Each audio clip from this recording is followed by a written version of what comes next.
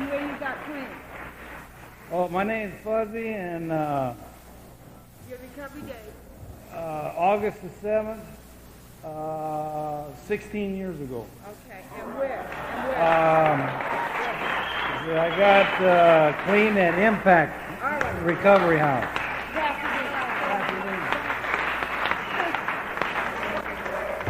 Thanks, Fuzzy. I know you need longer arms. We need glasses these days.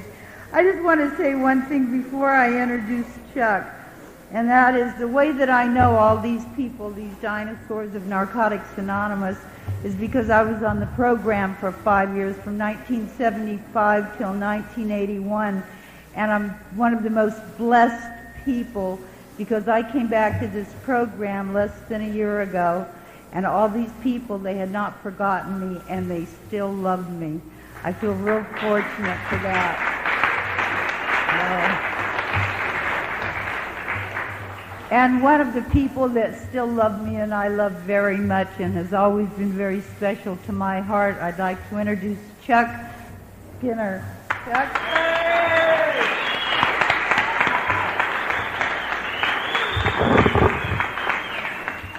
Hi, I'm Chuck, and I'm an addict.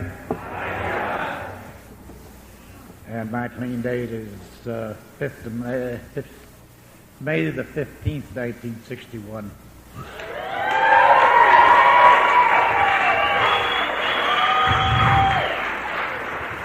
Before we go any farther, this being Dinosaurs Day, I want to tell you that your 10 minutes, your 1 hour, your 1 week, your 1 year, or whatever time you have, is as important to you as my 32 years is to me. Hey!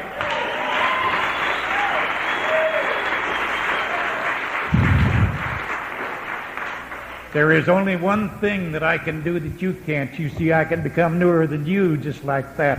But the only way you're going to get 32 years is one day at a time.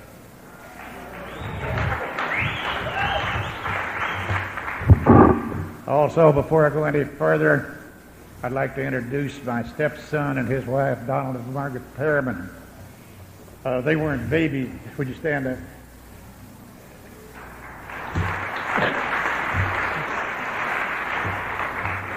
They weren't babies when I married their mother, and they knew goddamn well that I was a little strange. But they've accepted me into the family, and we get along pretty good, you know. All due to this program. I'm sure that you've heard enough. What a terrible son of a bitch I was, what happened, and how wonderful I am today. So I'm going to deviate from that somewhat and give you some opinions, and I want you to understand out in front that these are my opinions. Opinions are like rear ends. We all have one. And like rear ends, unless cleansed and taken care of, they can become very stinky sometimes.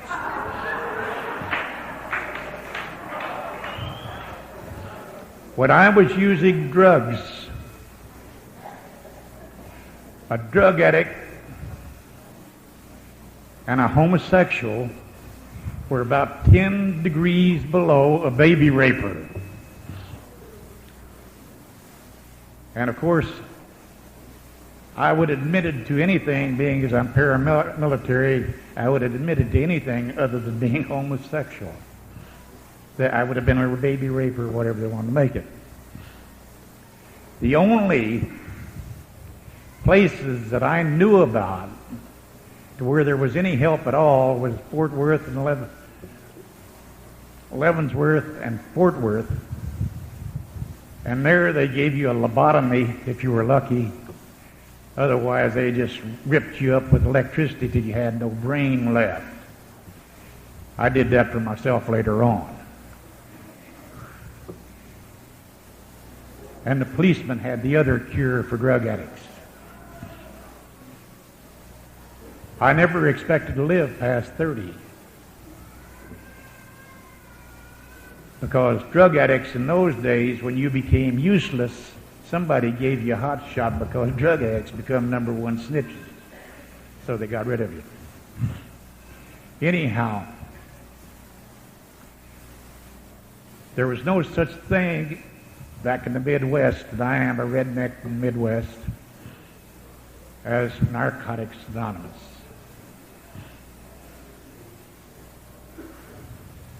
So I heard about Alcoholics Anonymous, and that's where I got my start.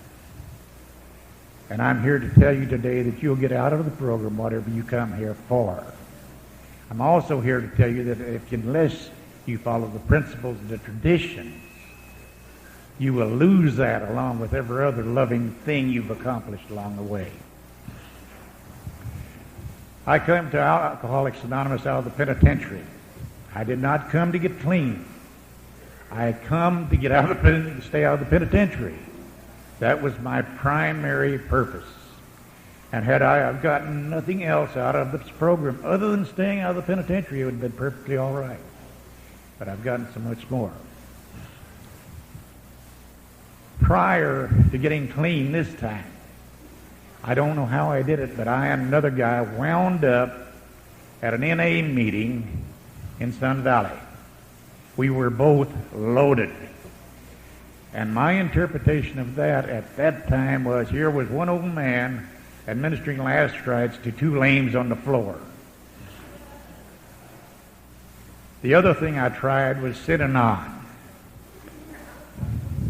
I went down, talked to Chuck Dietrich for about 5 minutes.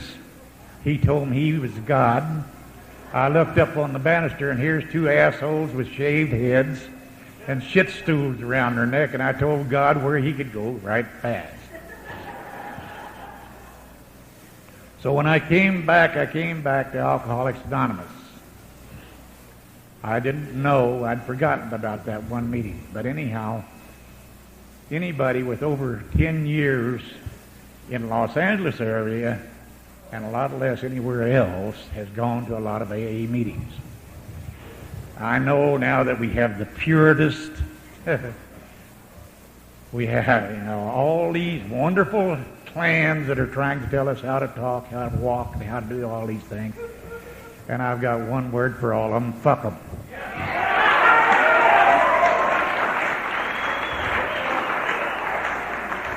Several years ago, I was called from Oklahoma, and they said, would you send me one of your tapes? I said, fuck no. Why? I said, I'm the oldest living member of Narcotics Anonymous except Jimmy Kinnon, and if you need a fucking tape, I don't want to come back there. I was chairman of the board of trustees at the time, and about 2 weeks later I find out they got Johnny H. from Alcoholics Anonymous. I called him and I said, what the fuck are you doing? Getting alcoholics to speak at Narcotics Anonymous? Oh, he's not he's an addict. I said, he may be queer, I don't know, but he's not a member of Narcotics Anonymous. But they didn't take my word for it to call him. Johnny was honest enough to admit that he didn't go to NA. So they canceled him. But, that just shows the mentality of the things that we're going through. Anyhow, after a couple of 3 years on Alcoholics Anonymous, we've got this oddball. He's a nut. Got 2 quarter-size holes drilled in his head. I want to feel my brain. And every Wednesday night, he's going out to the valley to an NA meeting. Well, back in those days, they didn't have the freeways that they have now, so it was it was a long trip. And he kept wanting me to go with him, and I said, oh, shit, I've been there. I don't care about that. Anyhow, I'd been going to Alcoholics Anonymous for quite a while. The only thing that kept me clean during this time was the fact that I was heavily involved in the institutional committees. My talents came out. I was chairman of the committee, by God. So, anyhow, all I was hearing at this time was, I come to this wonderful program, I met you wonderful people, and everything's been wonderful. My life was falling apart. So one night I agreed to go with him, and I went out, and about 5 minutes into my bullshit, they told me, you better get your shit together, asshole, you're going to get loaded. Nobody talked to me like that in those days, but they did, and they got away with it, and I took their advice. They were talking about the things that was interesting to me, such as how do you handle a wife, how do you handle a job, how do you handle a credit card, I'd handled them real well. I rolled them all right up to the back. So I'm in deep trouble. Anyhow, about that time, there was trying to get the institutional group together in Narcotics Anonymous, and I happened to have an in with the man who was lieutenant in San Quentin at the time I was there. When he took me back to my cell after a guy almost killed me because I stepped on his heel, and you know how it is in the penitentiary, it was one of those days. He was about this tall, a smartaleck punk. He says, "Watch it, man." I said, "Fuck you, punk." I remember getting my head up over the third tier in the East Block. That's the last I remember, because he was all over me like horseshit. Damn near killed me. And this lieutenant, when he took me back to my cell, told the sergeant, says, "Don't believe that son of a bitch. He wouldn't give you the right time on your own watch." And he became program director of the Sierra Center. So that's where I got my start in Narcotics Anonymous, was getting NA in the penitentiaries. And of course, right away, they recognized my talents, and they formed the board of trustees, and they put me on the board. And of course, things kept growing. At that time, there was 2 meetings, and then not I, but a guy by the name of Slick Phil and this nut started a meeting out in Redondo Beach. The speaker before me, I've told this story many times, and she's heard it. She was in Costa Mesa at the time. Now, she could find her way from Costa Mesa to Redondo Beach and then get lost going to the crapper in the meeting. She was that digging. She's come a long way since then. Some of it good, some of it bad. I liked her better then, really, most of the time. But like I said, these are opinions. Anyhow, Narcotics Anonymous then progressed, deviated up. People have migrated up to San Francisco, and we got the north and the south going. And I decided then, after seeing all this wonderful money AA was making on these conventions, that we should have a convention.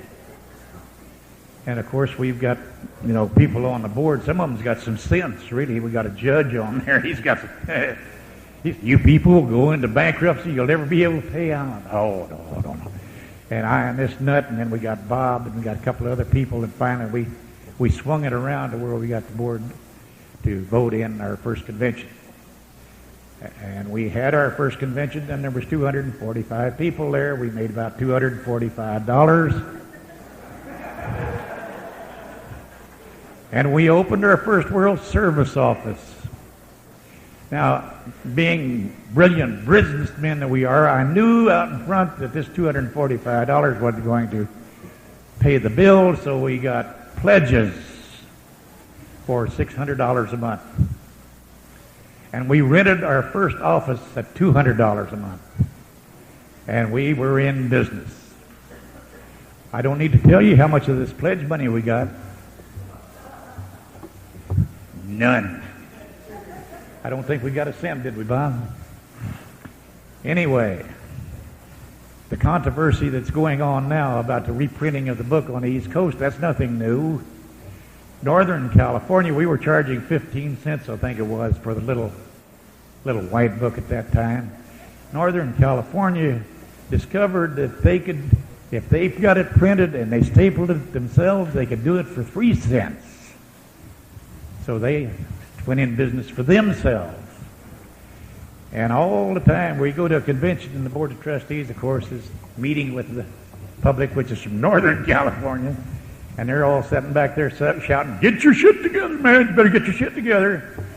So we finally, at our 8th World Convention, which had been turned over to a committee, and we had not received any money or any communications with the committee in about 6 years, 5 years at least.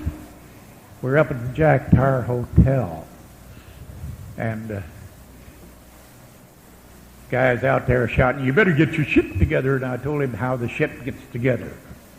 That's when you get your shit together and your group gets its shit together, your area gets it together, and the region gets it together, then we will get ours together. We work different than any other organization in the world. We work the bottom up. The only two things that are constant in NA is the primary purpose and change. The primary purpose being for me to stay clean and help an addict who still suffers. And the change is going to be about method and madness all the way through. And that's the way it's going to go. Everything that has happened to NA has been through the grace of God. I have to go back. Before I got clean, I happened to be at the 1960 World Convention of Alcoholics Anonymous, and I heard Bill Wilson say, talking about his consternations and his fears and of all the troubles that was going on in AA, on the Alano clubs and the conventions and all this. And he says, finally, I had to believe that this is a God-given program. The good will stay and the bad will go. And I accepted his philosophy, and I found out that it worked.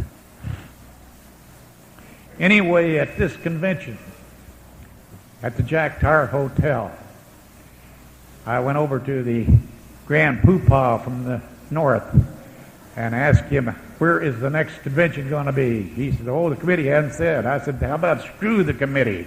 This is a people's thing.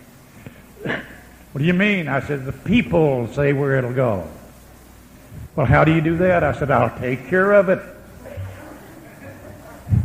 He didn't know I didn't have any authority. I just bulldogged him. That was all there was to it. Anyhow, there was 4 people there from Texas. 4 people. They did not come there for a convention. They just happened to hear that there was a bunch of addicts up at the Jack Tar Hotel, and they came up to see what was going on. Anyhow, there was a bid put in from Santa Monica, Pasadena, and one from up north, and it was so evenly divided that we couldn't make a bid, couldn't make a call. Like I said, these 4 people from Texas said they wanted to put in a bid. I said, why not? She said, don't mean nothing. Anyhow, all of a sudden, everybody started going over to the Texas side. And we wound up in Houston, Texas. And the only thing they had told us that was true, it was an old establishment. Believe me, it was. So we had one hell of a good young people's NA or AA convention. It went from Houston to Atlanta. Again, nobody was consulted, nobody was asked. Nobody was done a damn thing. And we had another good young people's AA convention. At the end of the convention, at the spiritual meeting, they came up to me, we're $1,300 in the hole. I said, God, that's too bad. What can we do? I said, eat it, I suppose. So somebody suggested passing the hat. I figured we might get $5. The hat came back. It had $1,100 and some dollars in it. I said, you can eat the rest, and I don't want to hear about it. It went from there to Wichita. And I told my wife when we left Los Angeles from Wichita, I said, if we have another good young people's AA convention, I'm going to piss in the middle of the floor. And we had one of the best NA conventions that we've ever had, and I haven't had any complaints since. That, again, is all through the grace of God and the power of the program. Along about this time, they're starting to form a committee to write the book. I, along with several other people out here, thought that was bullshit, that no committee can write a book. But prior to this, my mind don't function too well. Prior to this, at our first convention, Sylvia M. had spent countless hours, countless dollars, getting permission from Alcoholics Anonymous to change words in the Alcoholics Anonymous book to use for Narcotics Anonymous. She brought it to our first convention. I read one paragraph, threw it over to Jack. Jack read one paragraph, threw it in a shit can. And I told her then that when the book is written, it will be written by addicts for addicts.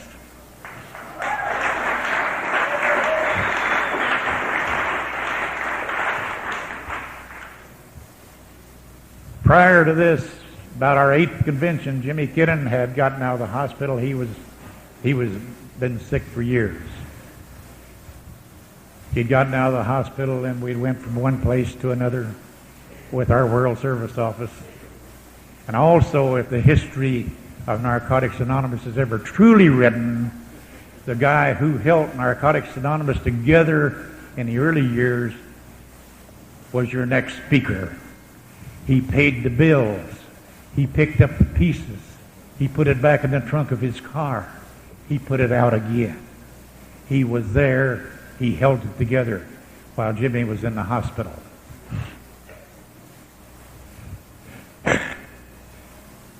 Anyway, by then, Narcotics Anonymous had started to grow. Every place that the convention went, except Houston, had flourished. There was nothing really going wrong. What happened was that Jimmy had a lot. He wanted control. You see, this nut I'm talking about was our mental genius at the time. He had 2 times to the 10th grade.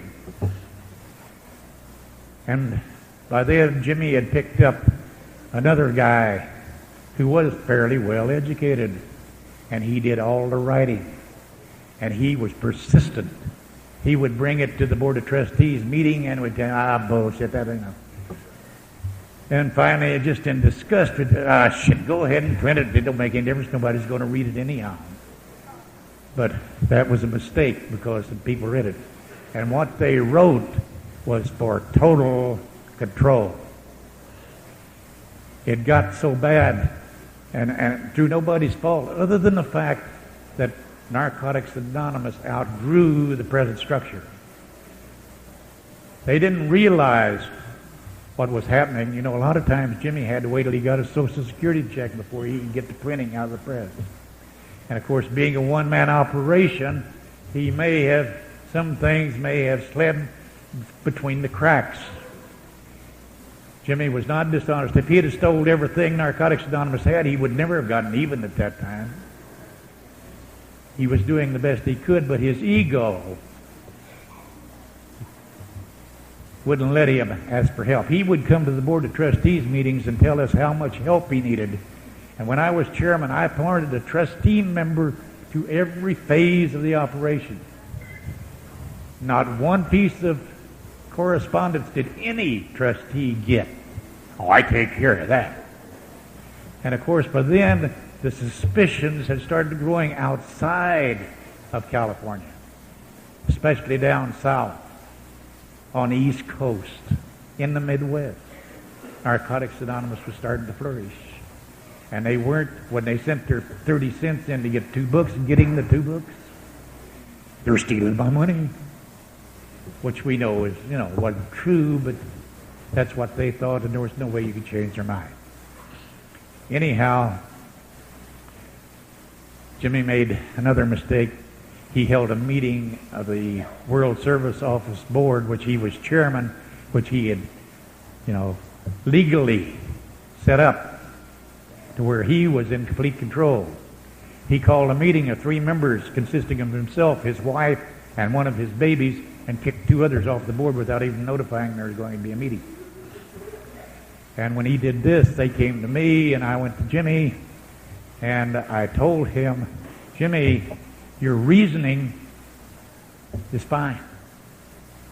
Method is what we're talking about. One of them which had written all this shit, had gotten sick and had to move to Oregon. He hadn't attended a meeting in 2 years. The other one hadn't attended a meeting in 2 years because he was involved in other things. I said, Jimmy, the reasoning is all right. Method. Call another board meeting and invite these people. Tell them why. Invite them. If the results couldn't have been anything but the same because it was 3-2 anyway, you cut it. I said, if the results are the same, fine. He says, I say who is on the board. And then we came around to the book. He says, the book will be printed when I say so. I said, And that's where I had a 3-year fight. And if anybody wants to know why I was chairman of the board of trustees for 3 years, nobody else had the guts to take it, I'll tell you. It was so fucked up and they were so scared. Anyhow, they got the book to print. Jimmy hadn't spoken to me in a couple of years then. And he called a meeting of me and the World Service Conference chairman and the World Service Office Board meeting. Chairman of the World Service Office Board, and says, this is this. At the time, my inclination was to tell him, well, turn it back to the fellowship. But we had $11,000 already invested. If I took it back to the fellowship, we had another year without a book. And I sat down and I eliminated 3 words, which was 3 lines, which was agreed on by the chairman of the World Service Conference and the World Service Office Board. And the shit hit the fan. I walked in on the World Service Conference chairman, and he's saying, oh, the Board of Trustees did that. I didn't do that. And I told him, look, motherfucker, if you don't want to admit to it, tell them I did it because I'm through anyhow. Tell them I did it. Don't you ever say the World Service Office Board did it. And then they put the Board of Trustees into the political arena. And they had them get up and tell why they should be reaffirmed. And I sat there and I listened to all this whining about something they had nothing to do with. To make sure that everybody knew that they didn't have anything to do with me taking those. And by the time it got to me, I was mad. And when I get mad, I go brain dead. And I got up and I called them all kinds of sweethearts. And there was a few boos after the meeting, after I sat down. And my wife said, after all you've done, and then they boo you. I said, if some motherfucker got up and talked to me like that, I'd knock his ass out.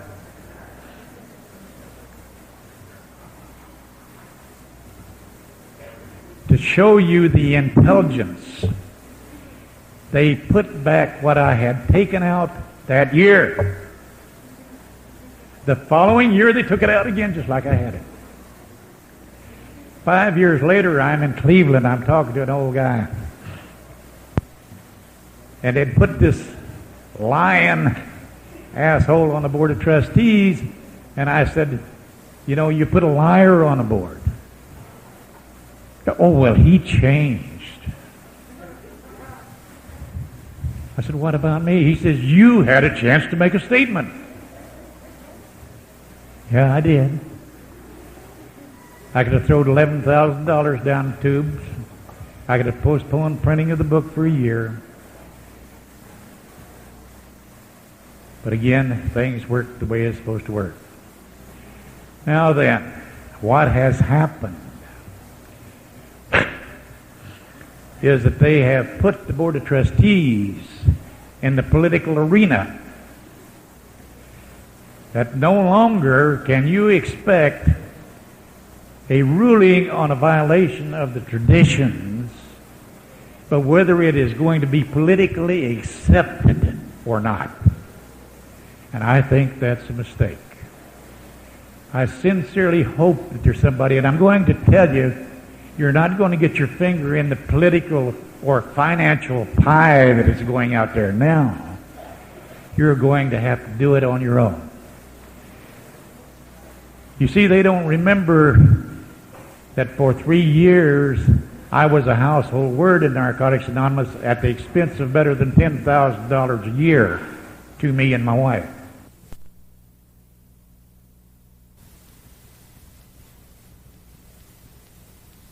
See, we didn't have this political pie out there, or financial pie. It's just like now, one of your RSRs comes into the World Convention from an outlying district, and all the politicians grabs him, pats him on the butt, and tell him, well, those people back there don't really know what they're talking about. If you want to be, if you want us to put you on a board, well, you better. And of course, like a damn fool, he votes against the will of the people, and then goes by, so on and so forth. Recently, I was talking about the printing of the book. They found out that they could print it cheaper on the East Coast than they could through the World Service Office. So they printed it, and of course, history repeats itself. I think that was handled badly, but it's been taken care of, so, hopefully it won't happen again. Now then, throughout the fellowship, you've got these various clans that are trying to make this something like David Koresh and his goddamn following. The Puritist. Dude, I was a Puritist. I shot them the pure heroin when I could get it. I drank a lot of pure wine when I could get good. That was all due, I'm proud and have been proud of Narcotics Anonymous since the beginning of time. Don't get me wrong. There has been countless hours spent on trying to prove that Narcotics Anonymous did not start in Sun Valley. I am here to tell you that I'll agree that somebody trying to help the addict did not start in Sun Valley. I think Jesus, when he crawled down through the roof to help that man who was shaking with palsy, I think that sucker was loaded. And I think since the beginning of time, there has been people trying to help the addict. Like I said, there has been thousands of countless hours of people from Georgia and Tennessee going to Washington and New York and all over to try to prove that Narcotics Anonymous did not start in Sun Valley. As I said, I agree that somebody trying to help the addict did not start in Sun Valley. But Narcotics Anonymous, as we know it today, did start in Sun Valley some years ago.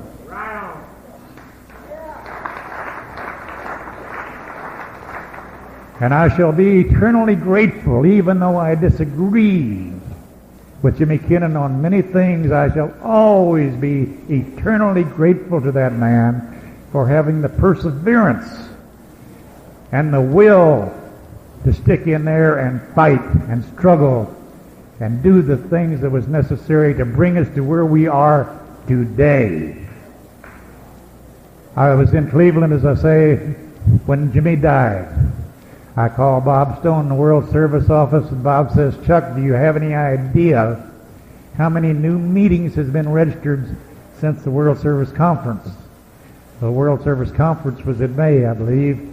It was less than 3 months, and I saw probably 100. He says 1,110 new meetings.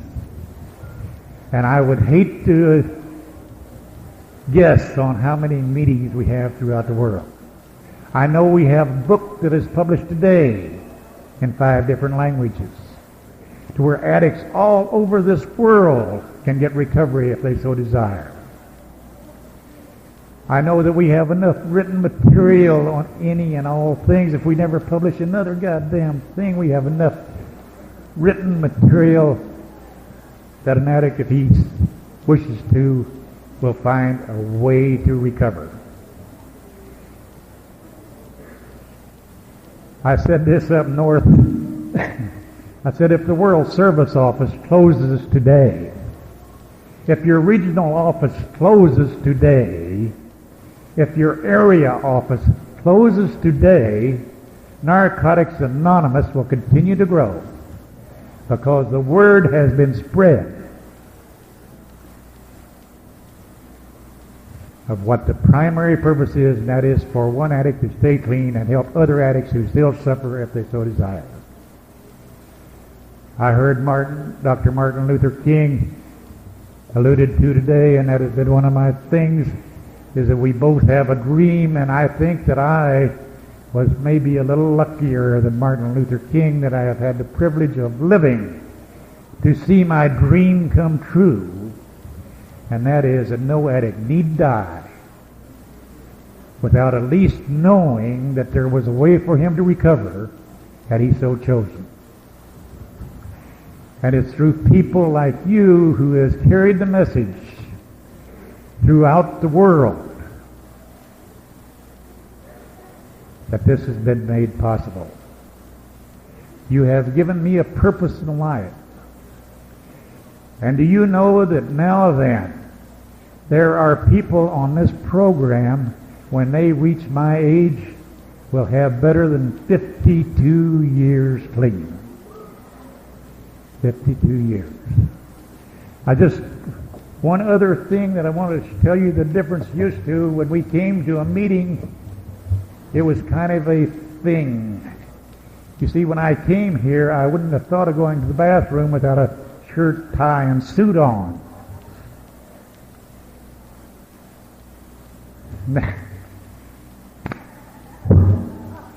You suckers have done something to me, I don't know what it is.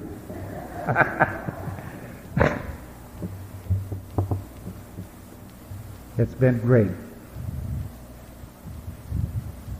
to have been a part of this growing organization, and we have only hit the tip of the iceberg. We haven't even begun to fight. There is always going to be some kind of addiction. One last bitch that I've got, and I'm as guilty of this as anybody, and that is, who do we turn our meetings over to? The newest comer who comes in the door. And then we sit back and bitch because he does what a newcomer is supposed to do. Of course, he thinks we recognized his talents. We know we want him for a fucking janitor. That, we're too lazy or we're too sophisticated to pick up again. And then we sit around and bitch. Or we get those Mustangs in. I just love to listen to a newcomer, which means the cocksucker is sitting back there. He ain't doing nothing, but he's pointing to the newcomer. Well, I ain't that bad. Let's take back over our meetings and put them back where they should be. Let's take back over the fellowship and put it back where it should be.